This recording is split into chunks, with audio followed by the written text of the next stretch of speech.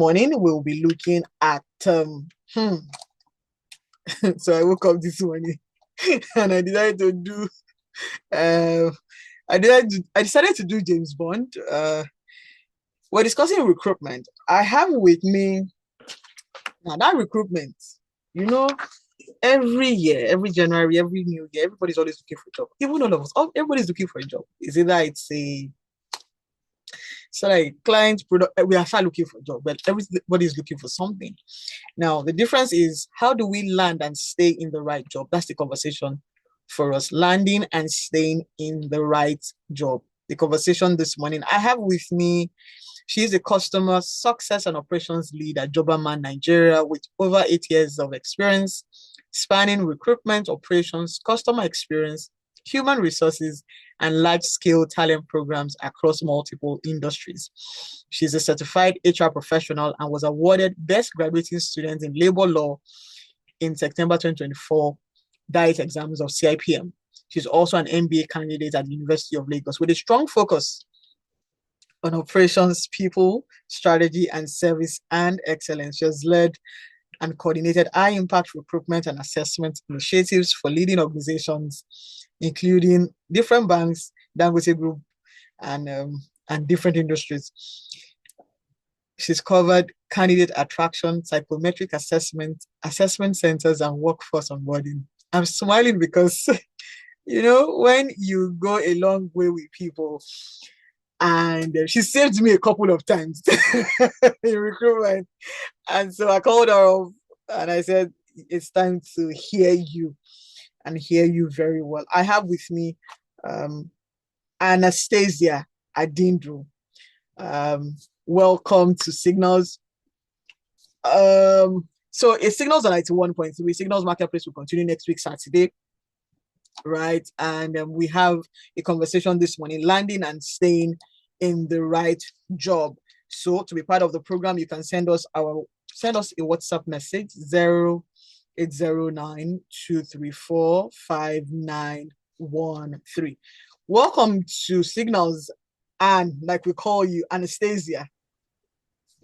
Thank you very much. Thank you very much. I'm so delighted to be here. Although it looks like an ambush, but yeah, I know. Yeah. I called you this morning. Let me confess. I like to confess. I called her this morning, and for some reason, I was just led to call her this morning. So let's start. How do we land the right job? Because research shows that nearly 60% of employees leave jobs within the first year because the role doesn't match their expectations. And having been in the business of recruiting, what do you think? What are your thoughts? Oh, okay. So first, I would like to say that recruitment is fast changing, and the way we go about jobs, even as employers and job seekers, are fast changing, especially in 2026. It's no longer about how good your CV is. It's about the skills you've acquired, how you're able to adaptability. It's about how you're able to, learn new technologies. We are talking about AI now. So I would say that landing a job in recent times has changed from what it used to be. Before you have to, okay, let me just have a good CV. So once your CV is good and the employer looks like, oh, this CV matches what I'm looking for, and then the person goes all out to, contact you. And the issue with that is that most times you have a disparity in the expectation versus what is on the CV. So this person is good on the CV, this person has all these skills, and by the time the person is performing, it's totally different, and no employer will be happy with that. And then you see employer trying to change the person. So, but in current times, what I would say is that for you to actually land a job, especially in 2026, you have to go beyond having a good CV. You have to ensure that you have skills, soft skills, adaptable skills. You have to ensure that you are relevant. It is important, because if you are relevant in a place, then you have a very high possibility of retaining your job. Even when you want to leave, no employer would want to lose a relevant player. Yes. So if you say relevant, what does it mean for us to stay relevant in a job that you have to wake up 9 to 5, you have to wake up at 7 a.m.? You know the drill. Okay. How do we stay? Yeah. It can be tedious, right? It can be challenging waking up by 7, or even some persons actually wake up by 5, Oh. because they have to be in the office by 7, depending on their distance from their office and all of that.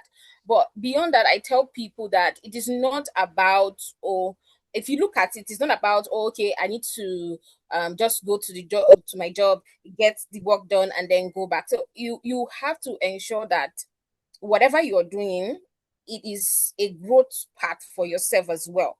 So staying relevant, it means developing yourself while you're working on that job. It means being good at what you do. If you are being asked to say, let me just use a customer service person, for example. You're a customer service representative. What are you expected to do? So you are given a job description. You're expected to call people, you're expected to give feedback, you're expected to address customers inquiries. Can you, and you've done all these, can you think outside the box, a way of doing your job better, a way of actually doing um what differentiates you from other person, such that your employer would not say, okay, so this is what you do, I can get another person to do Mm-hmm, this, mm-hmm. the same thing. So you should be in a way that the way you carry out your task, the way you address customers, for example, the way you present your reports is totally different from the way another person will. Those extra details, those attention to detail, those segmentations, those organizations, the way you line up, even the details that are not expected, so that when they see, they're like, I don't think another person. And even when they bring other people to do that, they see the difference in your work, and then no, I can't. I don't think I want to let this person go off easily. And when the person is even saying I want to go, they're like, okay, so where you are going to? How much are they paying you? I can, I can increase because you are relevant. So Mm. sometimes people see that overwork. I'm not saying that you should take on more work, but there's something I say in my team. You can't just have a person doing just, this is just my JD, my job description. One person can actually do the job of three other person. They know it how to do, but yes, they are doing theirs. But when the time comes, if this person is not available, the person can actually fill in the shoe of this other person. So if you have one person that can actually do recruitment, that can do customer service, that can do admin work majorly, but not maybe, and they have a in-depth knowledge of it, but you know the basics. So this person is relevant. You know that, if anything happens, if I'm maybe one staff short, this person can cover it till I get another person. This person is relevant. Hmm. Okay. We're discussing landing the right job. What does it mean to find the right job in a culture where you are being told just find something to do? Okay. So if I get it correctly, you're saying what does it mean to land the Find right job? job. Yes. In a culture where Okay. they're telling you go and find something to do. Okay. Okay. So I understand that. I mean, we see a lot of that in our country today, where, I mean, people just want to Do get something. their hands to do things, whatever that comes their way, just to earn a living. So, landing the right job, would mean, okay, you are able to get a job that is what you are um passionate about, even if it's not what you're passionate, something that will help you grow. You know that, okay, this thing that I am doing, I am developing myself, I am working. By next 2 years, next, I won't be where I am. I am not I'm not static, Mhm. even to me as a person and to the organization that I am working for. Because we have situations where people go into employment, and after 3 4 years, yes, they may have spent so many years there, but you can't really see that level of growth Hmm. over time. So it may be that, okay, yes, I'm in a very good job, paying job, but then um what impact what impact have you created, have you done, Hmm. what has it contributed to the organization? What has it contributed to yourself?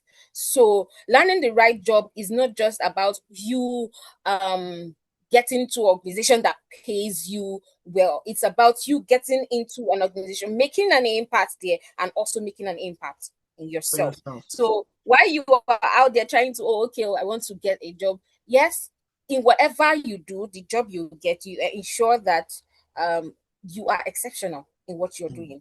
You are giving it your best. You're giving it your shot. You are giving it that best shot. You're developing, and then people see that, okay, there is a deal. So if you get a job, for example, let's say as a receptionist, you get a job as a receptionist. So you may just see that, oh, okay, so I'm just getting this job to just get salary at the end of at the end of the month. But then making it a job that is worthwhile is you putting in your mind to say, oh, okay, as a receptionist, what am I expected to do? How do I do things differently? How do I ensure that when people come into this place, they want to come in again? They see that there's a difference in how we do things here. There's a difference in how I greet. There's a difference in how I attend to them. There's a difference in how I manage their expectation, manage their inquiries, feedback, and all of that, And when you grow, and people tend to see the growth, your development over time. And I tell you, most times, people that have developed themselves get jobs through referrals, because when you spot a talent, when you spot a good person, you see that, oh, okay, over time this person has grown. You want to pick up this person. If you have somebody that is in need of a good person, you want to refer that person. So you won't even have so much difficulty, trying to change job or trying to get a better one than where you are at. Yeah. Okay. Now you've come across different CVs from different. How does it look like pouring through those CVs? Tell us. I don't envy you. I don't. Oh God. Okay, so yes, sometimes we go through thousands of CVs in a week or in a month. So we see different CVs. Some you see, you see what they have not. You see, oh, okay, I have achieved this, I've achieved this, I've achieved this, I've achieved this. Yeah, fine. And there are some that you see that is just scanty. Somebody will just put on the CV, oh, I attended this university, I did NYSC, this is my age, this is my marital status, and that's all. And then someone will put, oh, okay, I worked in so company from this time to this time, and that's all. And I am looking at these CVs in expectation to get what you have done for the companies you have worked for, how it relates to the role I am advertising for. And I'm not seeing anything relating to it. I'm just seeing, oh, okay, this is what I did. So what did you do? What were your achievements? These are the things that we expect to see in your CV. If you've worked as a managing director, for instance, so what were the achievements that you got during that period? If you worked as a sales executive, what were your targets? Did you meet the target? How many % of those targets did you put it in your CV? What are those things that you did? What are your initiatives in those companies that you've worked for? How did they help the company grow? Put it in your CVs. It's something that we want to see, and we are excited to, pick this person. That's the first part before we come to the interview and assessment stage. And be coming down. And be coming down. So you've spoken about a managing director. I'm looking at a university, majority of the Nigerian universities have turned out graduates for us. They have finished NYSC. Or they're about to start NYSC. How are we going to help them? Leave director first, come back to the job seeker. Because a lot of companies are asking 10 years experience, 5 years experience. And the guy who just left university, last year Unilag, Futa, Epoma, Yabatek. Okay. Thank you. Okay, so first of all, I would say that there are employment opportunities, by virtue of what I do with government. So we have different there are different graduate trainee programs that go on, from different organizations, financial institutions, and energy companies, and all they advertise these roles yearly basis, monthly, yes, yearly or quarterly basis. You see, they advertise. So and this is a good opportunities for people coming out from the university. You see the criteria there, and most times I would say that what makes it difficult for these entry level candidates to get jobs, when they come out, they feel that, oh, I'm just coming out, so I don't have 10 years experience, I need to get a job. Well, what skills do you have? Okay. Because you are not just saying, oh, I don't have any experience, I don't know how to do this, and I need you to employ me and give me a job, and then so we've gone beyond that. You need to know how to think, how to provide a solution, even if you don't know how to particularly do a thing. For instance,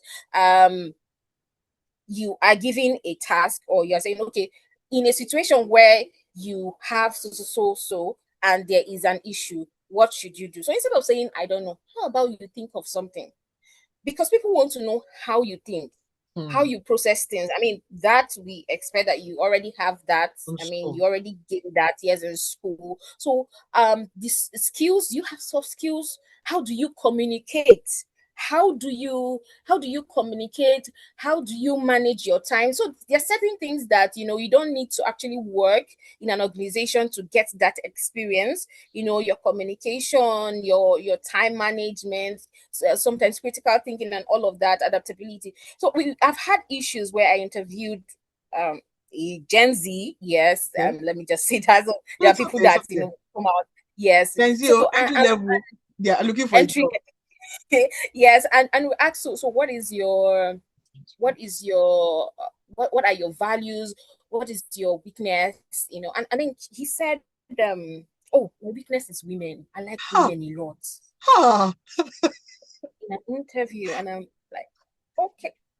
And then there's another one that says, you know what, I don't uh I can't resume work by 8 a.m. because I wake up by 8 a.m. And so before I would take transport from where I am to the office, so I think maybe like 9:30. So I'm like, you wake up by 8 a.m. So you can't wake up by 6. You say it's too early. Like, okay. And then certain people, they just feel like, oh, okay, so it's okay for me to, I'm just being myself. I would have to just tell you the way I am. I am blunt. And so you wonder why. You wonder why, okay, you are going for interviews, you are sending your CVs, and then you are not being picked. So certain skills, emotional intelligence, these skills are very important as entry level candidates coming out from the university to have.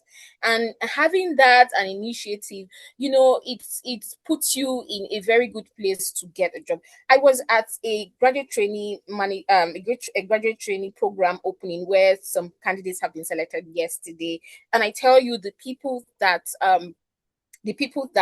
finally made it to the last stage, that we're giving the offer, they were brilliant. You can hear them when they speak, even in through the introduction of themselves and what they expect from the program. You can tell that these people are bright, these people are smart. They do not have the experience, but you can tell that, okay, yes, they have acquired a level of skills for themselves. So it's super, super important, not just to go through the forms of a university or a tertiary institution, but also, it is important that you have certain skills, acquire certain soft skills. It will differentiate you, and then help you in your search And for and employment. before I keep laughing, right? Um, I am bound by what I do to make room for the funny sets of people who, when they are asked, um, what is your weakness, and they say women and all of that. Let's run through in like 3 minutes, right? if they're saying, if you are asking someone, it's one thing to know, it's another thing to not know, it's another thing to know and then be naughty about it. But so when we're saying weakness, if somebody is asking me what's my weakness, what should I say? If somebody is saying what's my values, what should I say? Because they are saying it because they don't know. So let's help. Are you with me? Okay, it's Signals on 91.3. We're discussing with Annastecia Adindu, Customer Success and Operations Leader, Jobberman. 0704 If you have questions, comment. 0704 7913 or 07. Yes. Okay, you're back with me. Thank you. So I was asking the values and the weak. So when you ask what are my values, what should I say? When you ask what are my weaknesses, what should I say in an interview? Okay. So I will start with the values.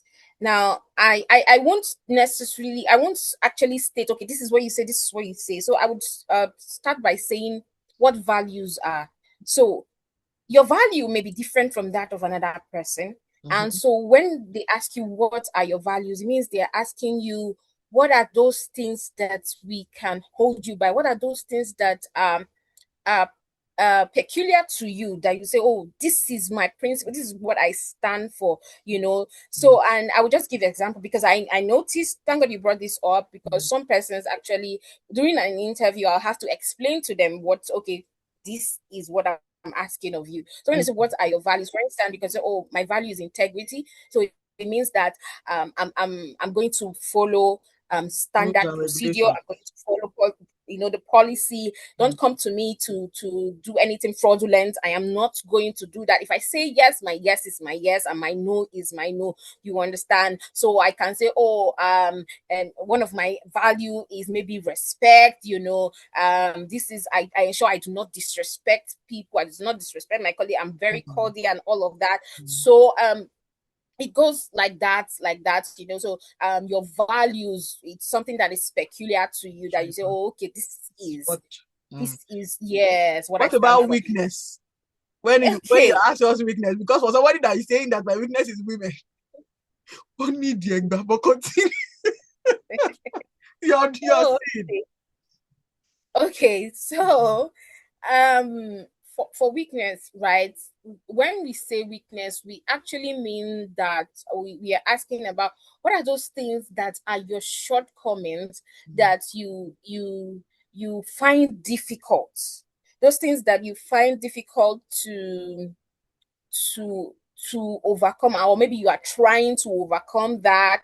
So I would say, for instance, you can say for some persons it may be that, oh, okay, they are very proactive. It's a strong, it's like very good thing, And a but bad thing. sometimes, The excesses of yeah, I'm yes, too yes, you can just go proactive. ahead to just be extra proactive, for something that, okay, you are not supposed to do, or like, and then you get a feedback like, who sent you?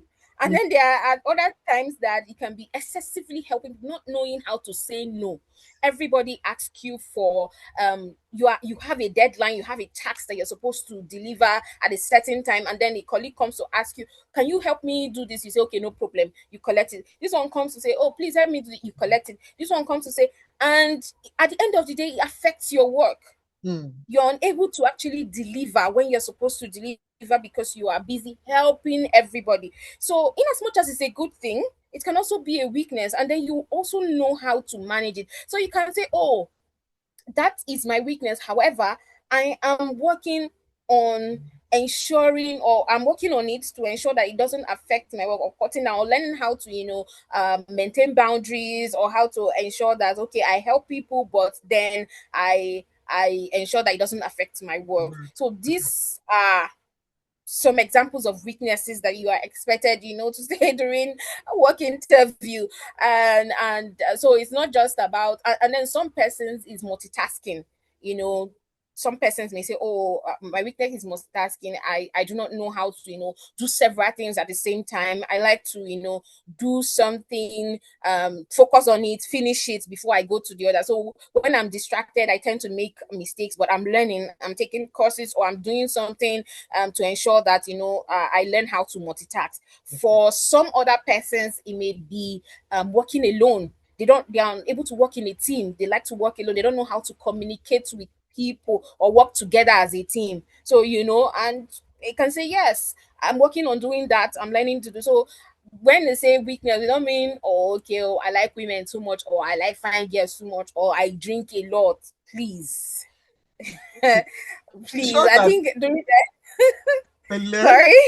I'm sure that now that you have told us what our weaknesses and our values and what we should say during interviews would sort of help, would really help. Well done. Now, we've landed the job.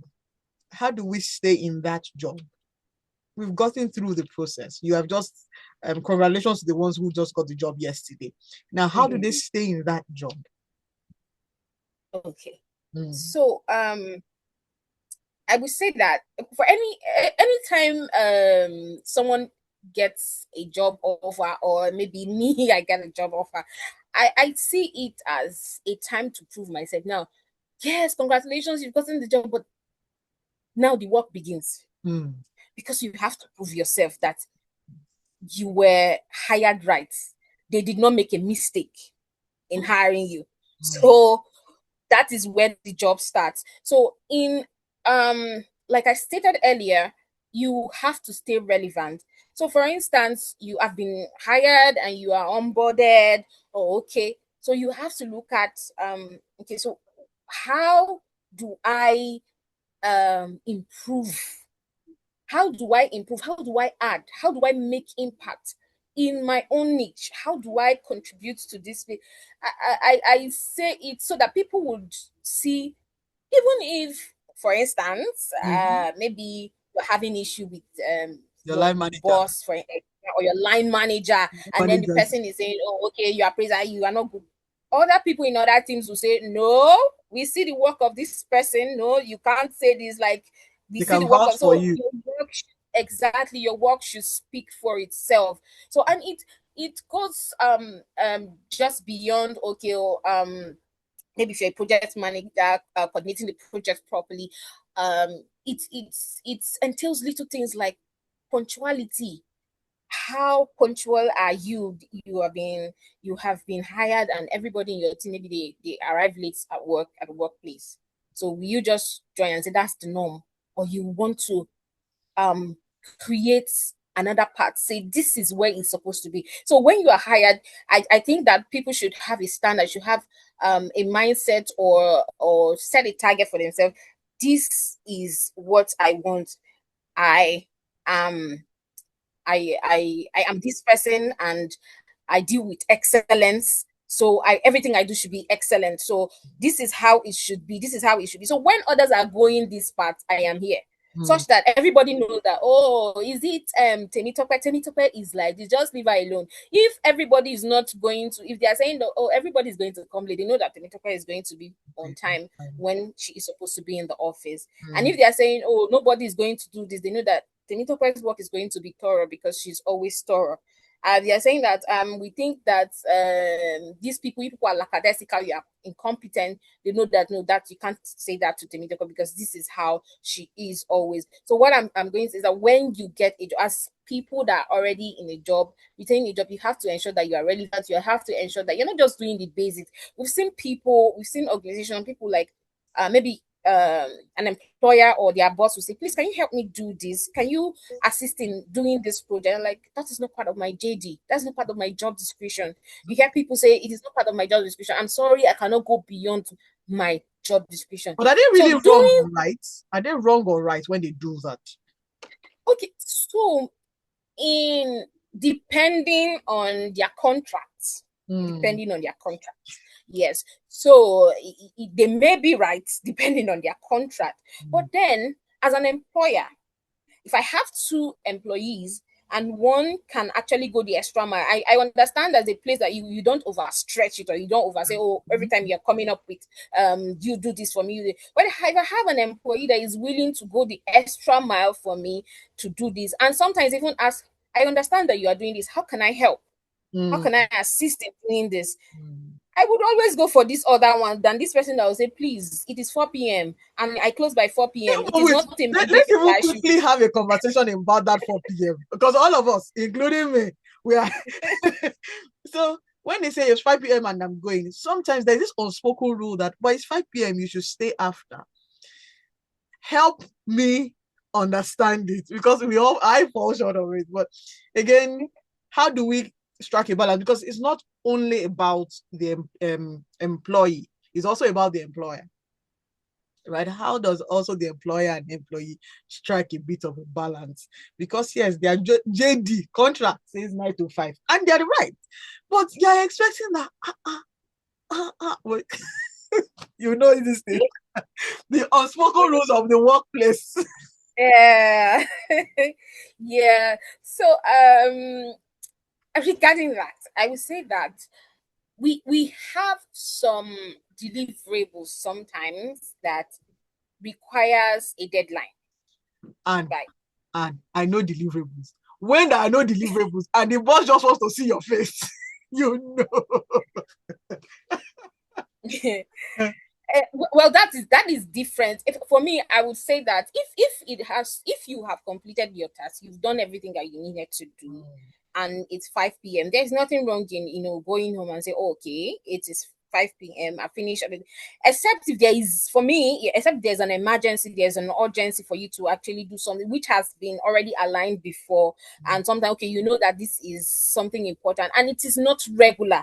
Emphasis on not Not regular, because regular. it's different when it's all the time you are going above the Mm. close time.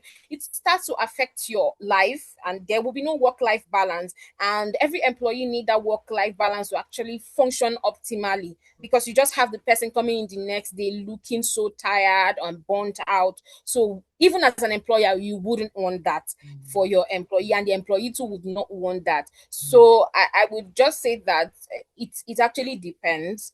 But for me, I mean, staying relevant and staying on your job sometimes will have to mean you going the extra mile. You can actually help out, and people would actually see that, okay, this is someone who can help. But it's not like you're doing that at the detriment of your life. Not at all. That's Yeah. Yes. well. Hold on a second. The signals on 91.3. We're discussing landing and staying in the right job with Annastecia Adindu. Comment WhatsApp 08069745260. You can call us 0704 700 8913 or 0704 700 9913. It signals on 91.3. Now, 75% of job seekers consider an employer's reputation before applying. Mm-hmm. Share with us Yes. that. Okay, so it's interesting because unlike before, people, it's just the employer that would, they want to check on the employee that they are trying to hire this person, right? So these days you have job seekers actually checking, and you see they go on. We They'll have go on LinkedIn. glassdoor.com. They go on link, not just okay, not just LinkedIn. They actually go on glassdoor.com, on what's this, Naira Land. They go on different platforms to check and ask, because you see their colleagues that have worked there before or that have gone for an interview there before. They say, oh, this employer, by the time we got there, they are very they are very wicked. They do not do this. This is what they do to their employers. This is employees rather. This is how they, and or they will not give you breathing space. You have to work, you work your life out and all of that. So they, apart from the fact that they try to, they try to research the brand to know, okay, what they are into and all of that. They also research their culture. They also research their work environment, like what are they like, and based on that, you see people, we've seen people turn down offers for a particular, for a company, maybe after going through the internet, like, I'm sorry, I cannot go. Why? Oh, I somebody told me that this particular company, this is what happens, this is what happens when you, and you say, but the money is good, the offer is good, yes, but I cannot sacrifice my happiness, I cannot sacrifice my peace for this particular role. And sometimes they even prefer to go for a job offer that pays lower than what the other person would pay, because they want a place that is friendly and that is not toxic. And so yes, and this happens a lot of time. And we are in the era that we are. People do not waste time to go to X, Instagram, to call people out, like, oh, I went for an interview, this is HR, this is what this person did, this is what this company did, this is what these people did, and all of that. So it's important to us and to employers rather than to brands to know that their reputation is key to attracting top talent. So in whatever you do, you should ensure that you treat your employees right, and also create an atmosphere that enables employees to grow. Because for some persons, they also want to grow, not just coming into your organization. They want to know that when I come into your organization, I'll also grow, I'll also develop while doing your job. So it's a win for me, it's a win for you. So there are some persons that, they know that if you go to this, you'll just be at the same level. You are taxed with routine tax, daily. There's no form of training, there's no form of improvement. You're just there, just collecting salary, just from time to time. So now, very soon. So what so I have so many things to ask you, right? Now, what do you think about when 2025, when 2026, and the era of work is changing from hybrid to virtual to 2 days to, some of us don't like to do some of us don't like to do that, what do we call it, hybrid or work from home? hybrid. Now, what has Remote. Yes, remote and then hybrid. remote. What are your thoughts on remote, hybrid, and on-site? And how does it help the employees? Okay. So for me, personally, I prefer hybrid because I don't like to stay entirely in the office. I don't like to stay entirely at home. I like But and you have earned it. You can work. See, you can work anywhere as long as you get the job done. I have worked with you, and you get the job done. So whether you cannot decide that at this point. You want to, whether you like it, you can do. I'm talking about people who are coming in and are deciding that remote. All right. So for entry level job seekers, I know that they may want otherwise, but my advice is, I think for the first year or 2 years that you want to work, you should try on-site or hybrid. Okay. The reason is that you are able to learn from senior colleagues. You're able to understand how the corporate world works, how the official space work. You're able to learn a lot. You're able to interact. You're able to collaborate. And because if you just go into remote, there are so many things that you would not know. Sometimes you don't know how to collaborate with team members. You may not know how certain things work.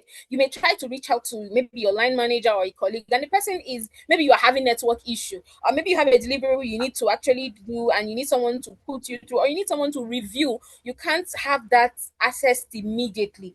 So to actually learn, I would suggest that, entry level candidates, you go for on-site jobs and hybrid jobs, depending. But remote, for me, except you are already you're already an expert, or you already have an experience to a level, then you know that yes, you can actually get your jobs done. You can get your job done without any interference, any interaction. But aside getting your job done, aside being skilled, you also need to learn how to collaborate with people. Also need to learn how to work with people, and the emotional intelligence that we talk about. Sometimes you also need to know how to you see people, how to interact with them, how to spot, oh, this is how this person is feeling, this is how I should address this person, this is how I should address this person. And most times you learn these things physically, when you interact with people physically, not just online.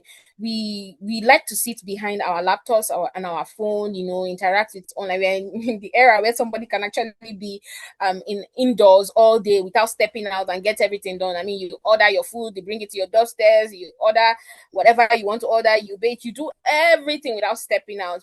But we are not robots, right? We are humans, so you need to interact. It Absolutely. also helps you, for me, so that we don't turn couch potatoes. We don't sit down or every time. You need to also work, you need to also exercise, you need to be people. It helps you.